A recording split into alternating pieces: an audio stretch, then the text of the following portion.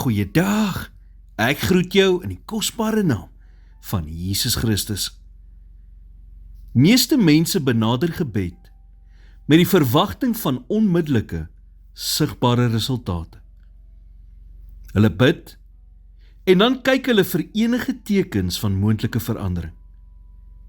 En wanneer hulle niks sien nie, kom hulle tot die gevolgtrekking van een van twee dinge. Of God luister nie, of die gebed was nie goed genoeg nie. En stadig, sonder om dit heeltemal te besef, begin hulle minder bid. Maar elke gebed wat in geloof gebid word, doen iets. Selfs wanneer jy nie kan sien wat daardie iets is nie.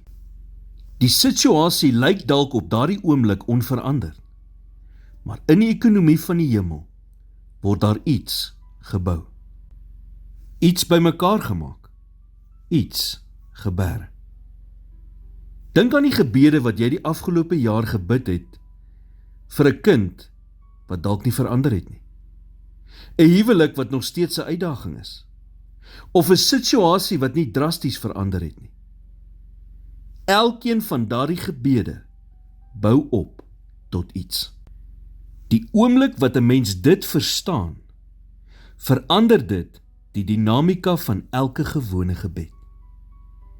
Die sin wat jy in die motor gefluister het op pad werk toe, maak saak. Die vinnige gebed oor jou kind voordat hulle op die bus klim, maak saak. Die gebed wat jy in die oggend huilend in jou bed gebid het, terwyl almal geslaap het, maak saak. Dit verdwyn nie in die lug nie. God hoor dit. Die woord sê in Sagaria 4 vers 10, want wie verag die dag van klein dinge? Met ander woorde, moenie die dag van klein dingetjies gering ag nie.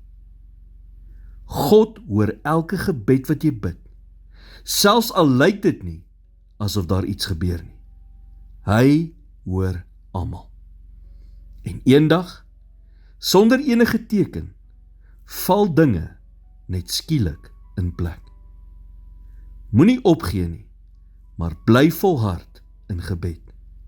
Elke gebed bou op tot iets. Here, dankie dat U die gebede onthou wat ek al lankal vergeet het. Ek bely dat ek soms mismoedig word as ek nie dadelik resultate sien nie. Maar ek kies vandag om U te vertrou dat elke gebed wat in geloof gebid word, opbou tot iets. Ek sit my geloof en vertrou in U, dat U op die regte tyd vir my sal deurkom. In Jesus naam bid ek dit.